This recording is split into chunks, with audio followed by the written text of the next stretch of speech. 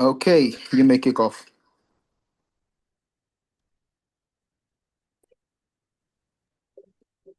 Okay, good evening once again, everyone. Good evening.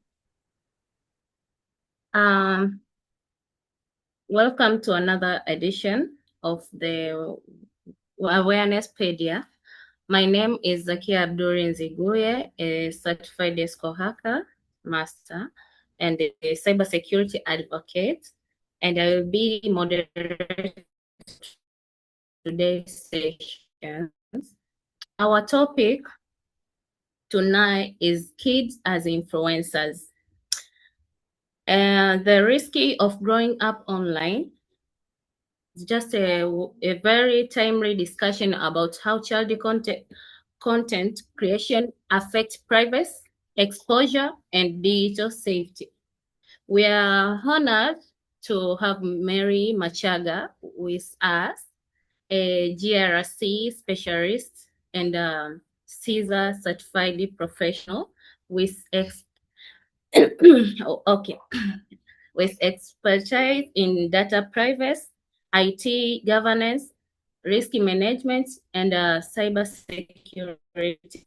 She is currently with Accra Innovation Lab Hub in Nairobi, Kenya. Mary will take us through the presentation as well, which will also address the key discussion points around online exposure, ESCO implications, and the long-term digital risk for young influencers. Mary, welcome to the Awareness Pedia. The floor is yours. You're welcome. Thank you, Zakia, and thank you for the introduction. So, as you've heard, I'm Mary Machaga, and I'll be taking you through today's session on kids as influencers. So, um,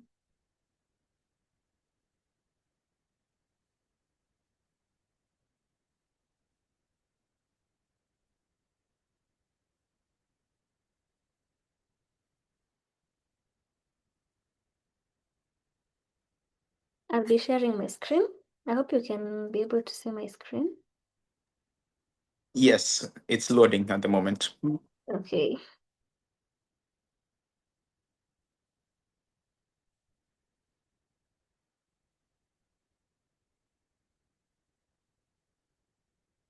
Okay, you can be able to see my screen. Affirmative. Okay, so the funny thing when I picked this topic, it was more of kids, and I'm yet to become a parent. But I have cousins, I have nephews who are around the same age, and they're growing up with this technology around them. So I thought like it is also a very timely discussion to have this October. And also now children are closing school, so it's a very timely discussion. So basically, I'll be answering some of the questions from the discussion. I hope the introduction for this in the East Africa community, we have most of the digitally active countries with high smartphone usage, low parental supervision, and also social media as a dream career for most teens and kids. So looking at it from a data perspective, in Kenya, we have 13 million TikTok users. 1 out of 3 Kenyan teens wants to become influencers, and also the average screen time for kids in Kenya is 5 hours a day. That's a lot of time. And now internet is not just a workplace anymore. It is also a danger zone, and that is why we are having this discussion today. So in terms of governance and policy gaps, in Kenya, we have the Data Protection Act that safeguards personal data, but it does not define how minors' data should be treated on influencer platforms.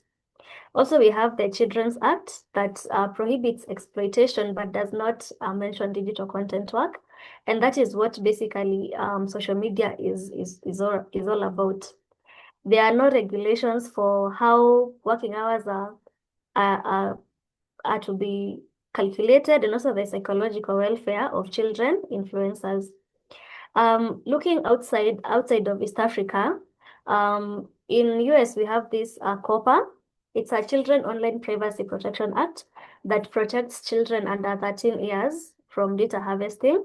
And in East Africa, I don't know, we don't have laws around data harvesting for children under the age of 13.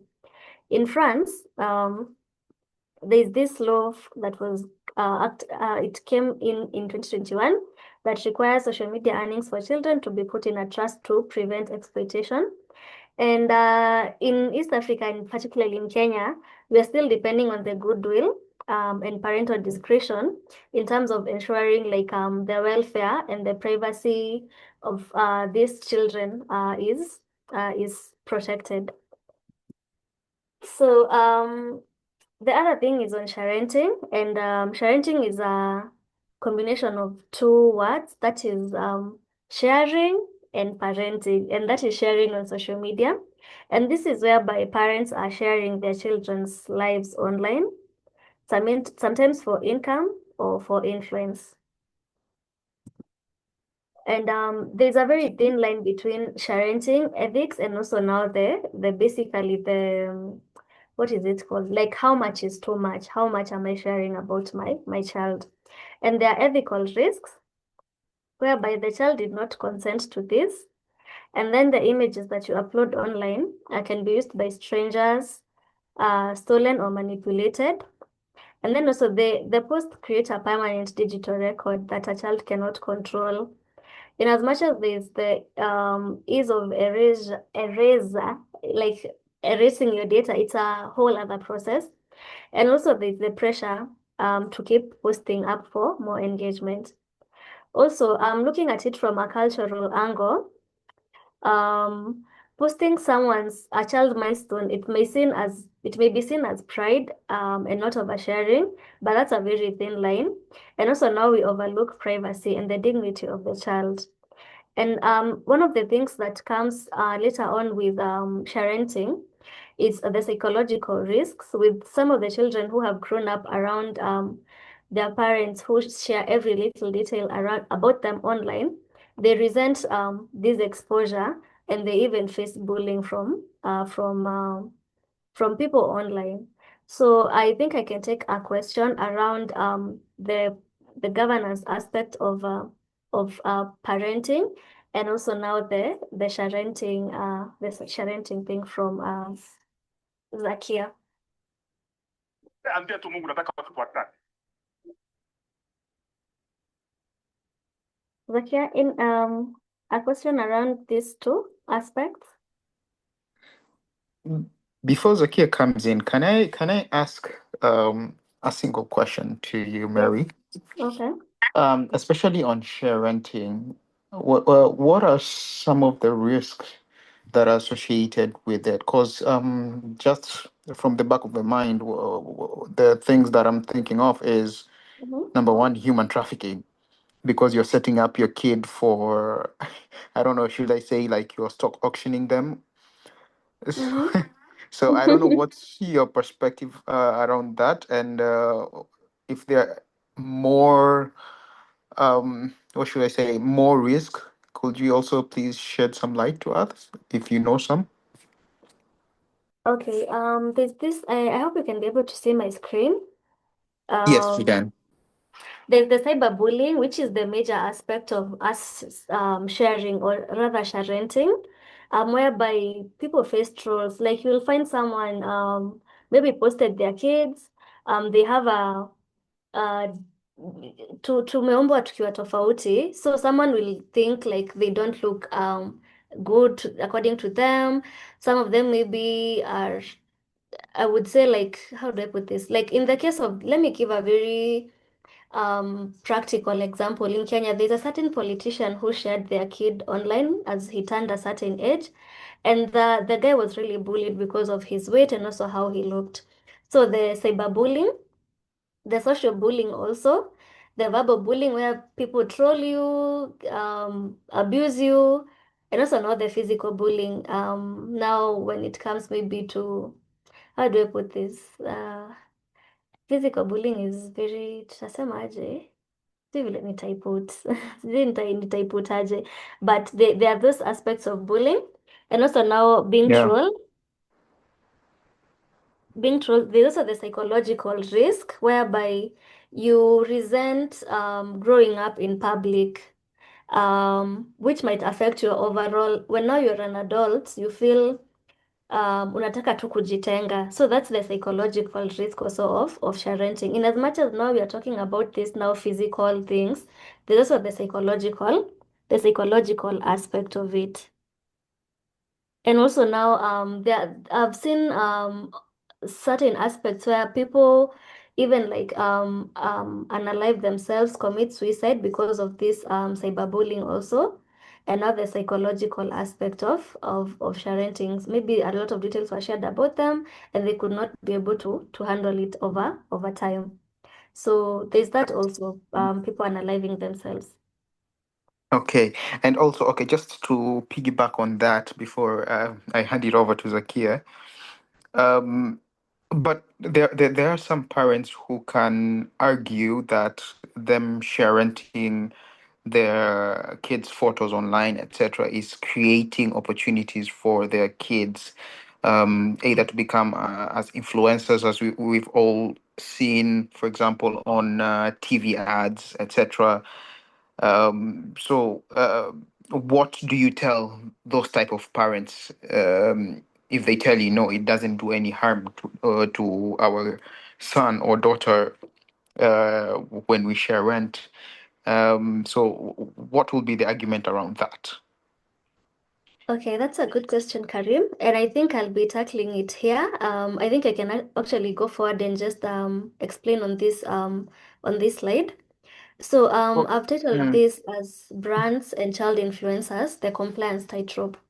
So all of us like love authenticity, and maybe you'll see like a video that is very authentic of a kid just doing something, and it's very authentic to you, and it's mm, very relatable.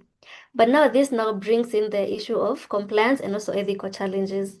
But okay. now how we can be able to uh I would call it like a best practice for the parent and also for the brand is for the parent to ensure like the welfare of their child is comes in first, before anything else, before the money, before the fame and everything else.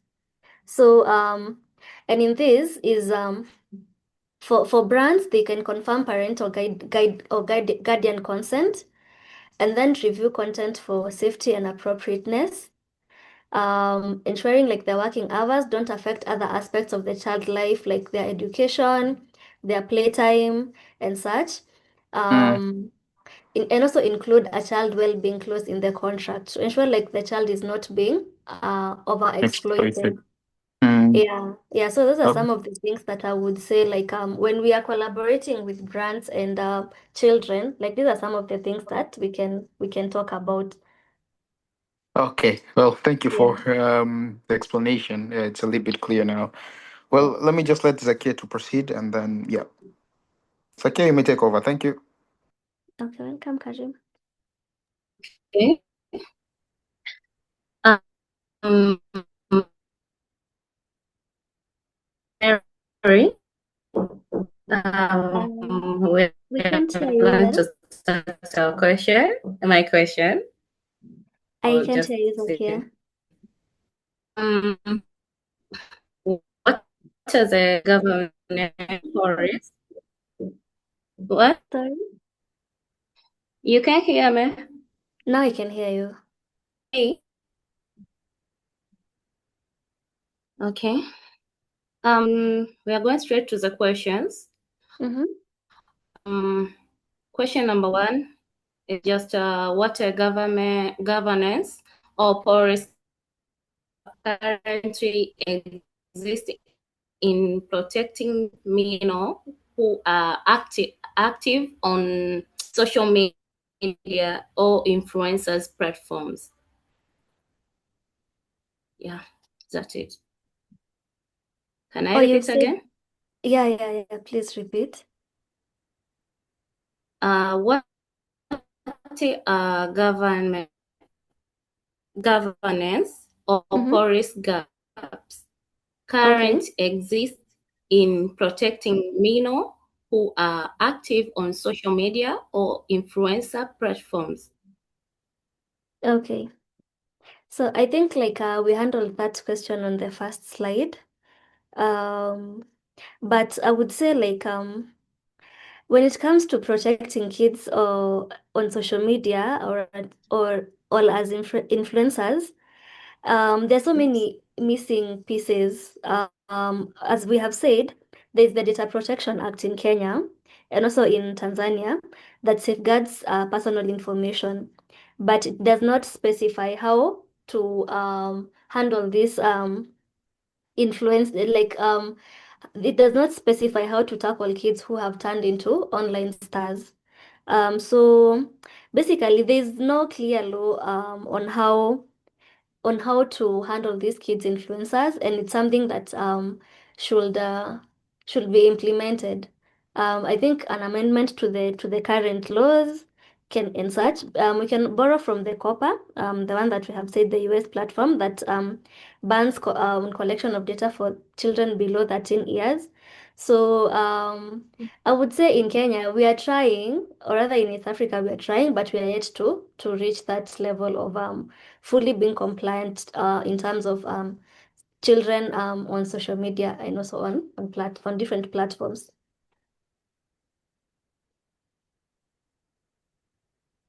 I hope I've answered the Okay, questions, Zakia. that is insightful. Okay, thank you. So I think I'll sorry. Thank you. Sorry. It's just a yeah, it's just a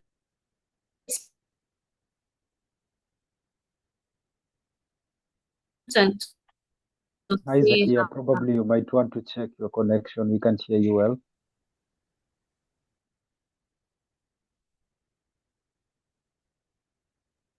now. Yes, we can hear Okay. you.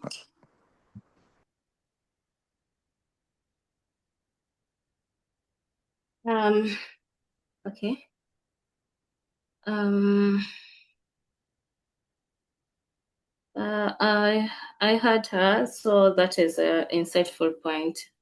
Thank you. Okay. Now we are going Okay, thank you. to question number 2. Okay. Um,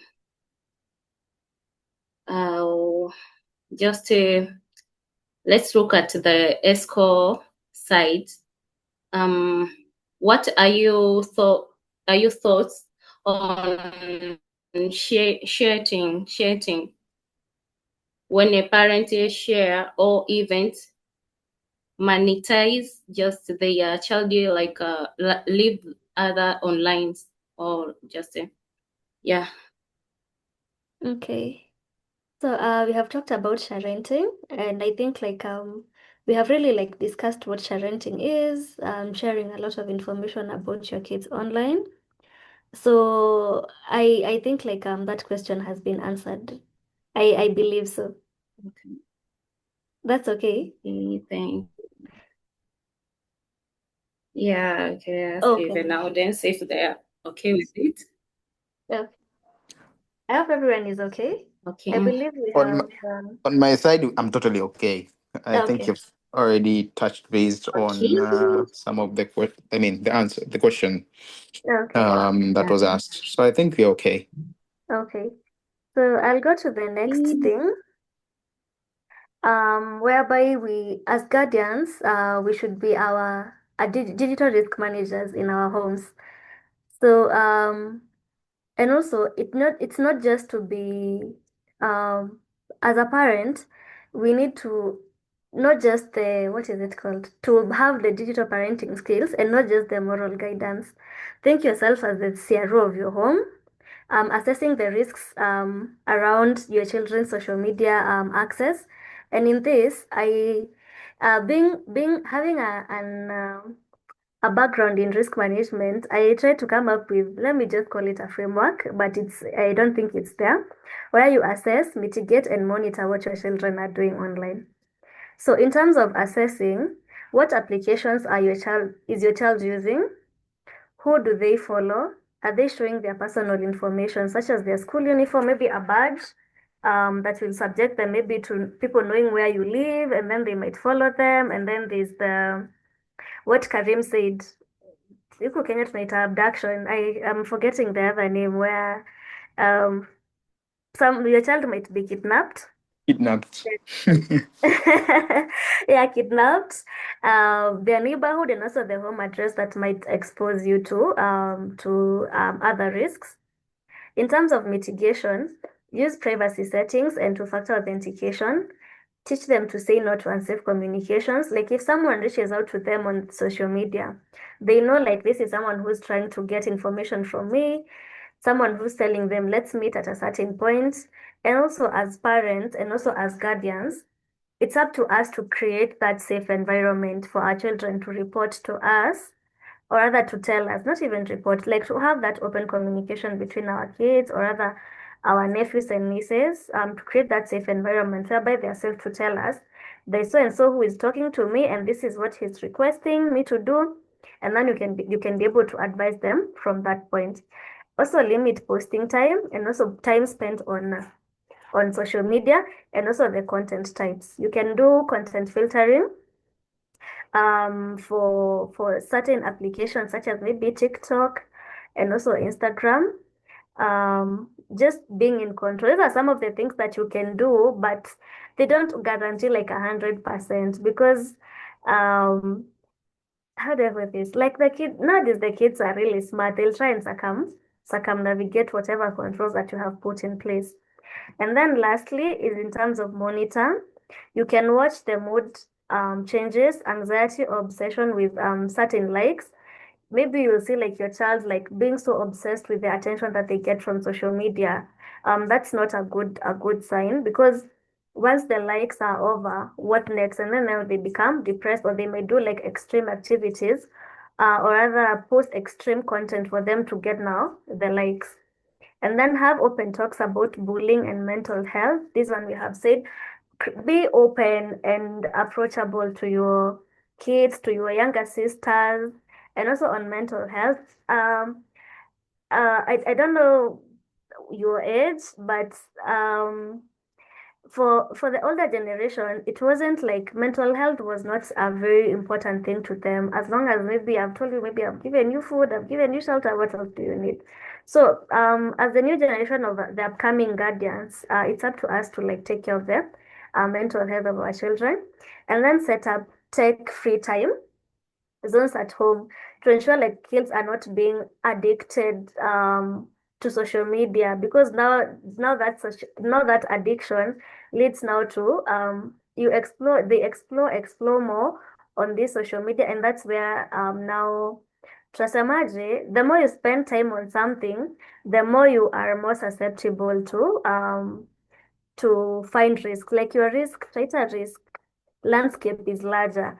Also, setting up tech-free time zones will allow them to explore other activities, maybe their hobbies, their talents, and such, which is overall a win is a win. Tools that can help us to do this, we have the Google Family link, whereby you can share. Google has this option of sharing maybe storage and such, so you can be able to control what your kids are accessing. And also now we have the built-in Android or iOS parental controls that you can be able to see you can be able to monitor what your kids are doing online. From a cultural context in terms of parenting and children, most parents avoid the digital talks because they say kids know tech better.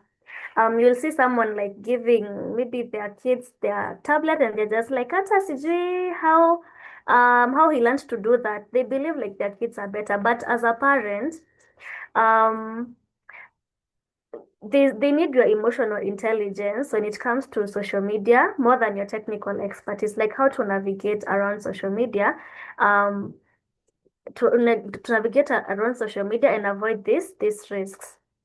So I think that is it in terms of the risks, the risk management of children around social media. The other thing is in terms of the digital footprint and the long-term risks. So every post, picture, or video that you post leaves a digital footprint.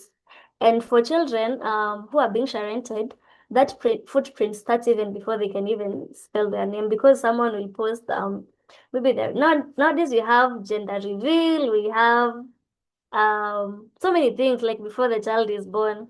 So, and that information is all over social media, and you don't know who is going to use that information, maybe to attack your kid in the future. Maybe it's something that you said, it's something that you did, attack your kids in the future, troll them, and such.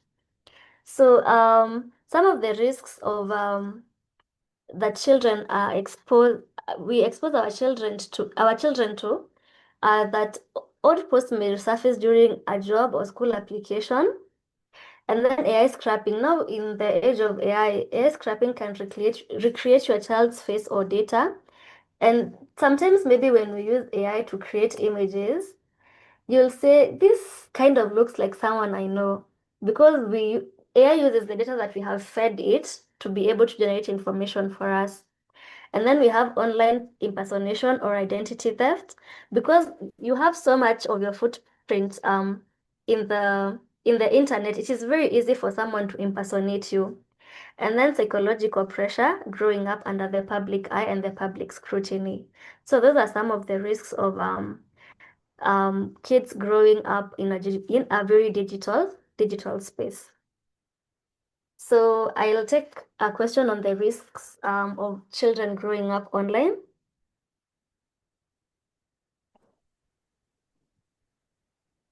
Zakia? Okay, thank you so much, Mary, for that detailed and enlightening presentation. You have highlighted some very important issue from digital footprinting and ethical sides of child influence online. So now we can just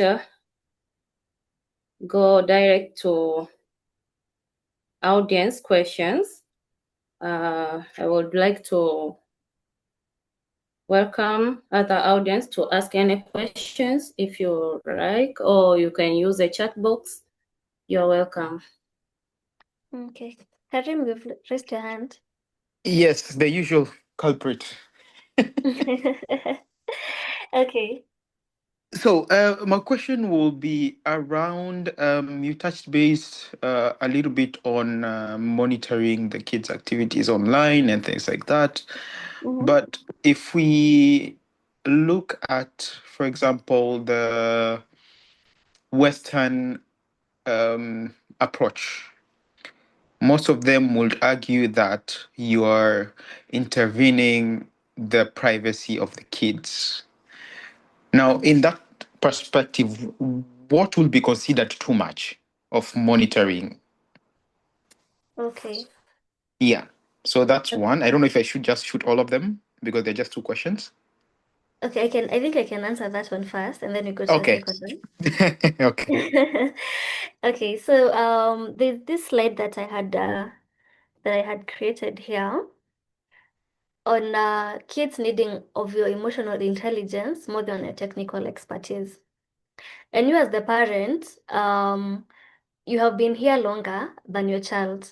In as much as yes, you are saying like give your child privacy, you have been here longer than your child. And sometimes we say like the parents, if it's coming from a good place, you know what is best for your child. So as a parent below the age of 18, for kids, I think you are allowed to make decisions for them without being seen as if you are interfering with their privacy. And also as a child, I don't think like a child is able to make certain decisions. Nitasemaje? Like as a child, there are some certain decisions that they are not able to make because, of course, they don't have the experience, and then also they don't have the emotional intelligence to handle certain things. So I would say, from my own perspective, um, as a parent, there's no like you're interfering with your child's privacy.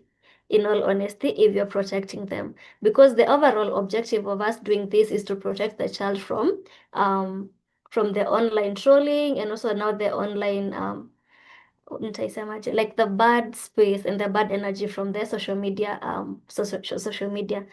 I would say like now so now it comes to privacy, beyond a certain age, now that's when maybe you can say, now I'll leave you because I've trained you from maybe a young age. You know what to do and what not to do, so you can just leave them to do what they want without interfering with their privacy. So I believe like the parental emotional intelligence is really important over the privacy of a child at when they are underage. Okay. My second question will be, you in between your presentation you mentioned about kids are too smart nowadays, and that's the term Yeah. that previous generation use, either for the millennials, Gen Z, baby boomers, etc. Uh, so I think my question will be, how can you outsmart the kids in order to put them, keep them safe rather online? Okay, I don't think we can outsmart them, but I believe like we can create a safe space for them. Hmm. You know, when they discover something, they come and tell you, and then now you go do your own research around it. So Hmm. creating a safe space is, I think, the way that we can be able to approach it. And also I see like with this new generation, they ask so many questions. So it's also Hmm. up to us to keep up with The tutaita pace. nini? Tusiachwe nyuma sana. Keep up with the Tusiachwe pace. nyuma sana. Yeah. But creating a safe space where they can be able to open up on something that they saw online. Kids really, I believe like now from my interaction with my cousins and my nephews, they when they learn something new and you've created that space, they're really open to share it with you. So I believe that's how we can be able to cap that. We don't say like we don't say like we will outsmart them, but we work together so that we can be able to see how we can be able to ensure like their privacy and their safety Hmm. online.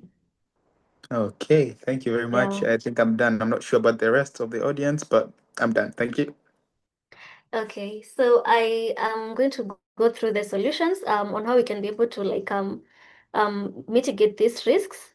The first thing is to teach digital hygiene in schools. I don't know about your curriculum, but for us here, I think they have the computer. It's called I'm really trying to remember.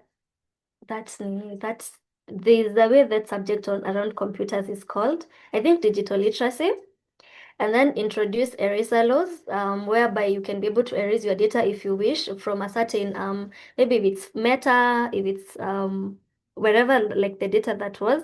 And then as a parent, think long term. What will my child think of this post in 10 years? Like, will it lead him to being trolled? Will he say like, why did my mom or my parent post this picture? So think about it long term when you're posting. Yeah, I've come to the end of the presentation.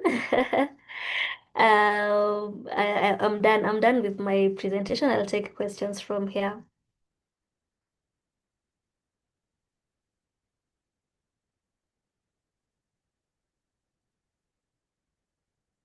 Zakia or Karim?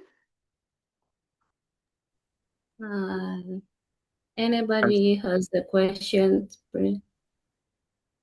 Think.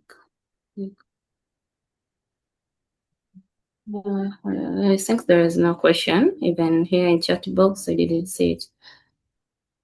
So let's close our session because the time just very fast. So as we close today's session, I have like to silence thank you, Mary Machaga, for her incredible insights and time. Thank you.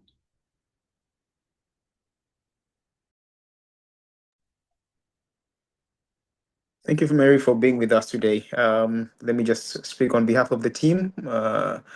would like to appreciate you for some great insights that you've given us today, and we really appreciate it. Also giving back to the community, because I think it's a very important topic that people are able to learn about how they can keep the kids safe, because they're usually one of the most forgotten um, set of individuals when it comes to cybersecurity, online safety, etc. But today, you've come here to give back to the community, to share your knowledge, some insights, and how we can protect our kids in the long term. Even for us who don't have kids, but we can also use the ABCs that we got here in order to protect our nieces and our nephews, respectively. So, Mary, thank you very much. And on behalf of the team, we really appreciate the time and effort that you've given us today. Thank you.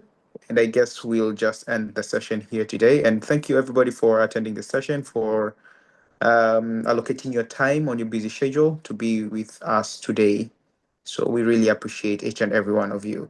The recording is going to be on our YouTube channel, which is Hackett Cybersecurity Community.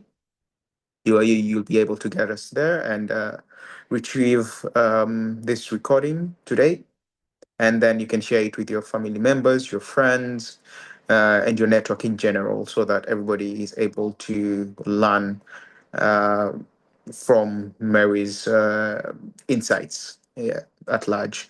So, guys, thank you very much. And let me just wish each and every one of you a lovely weekend ahead of you. See you next week on the next session. We're going to be using the same links that you received from registering initially. And next week will be our last and final session for the Cybersecurity Awareness Month. So thank you very much and see you on the next session. Cheers and good night, everybody. Okay, bye.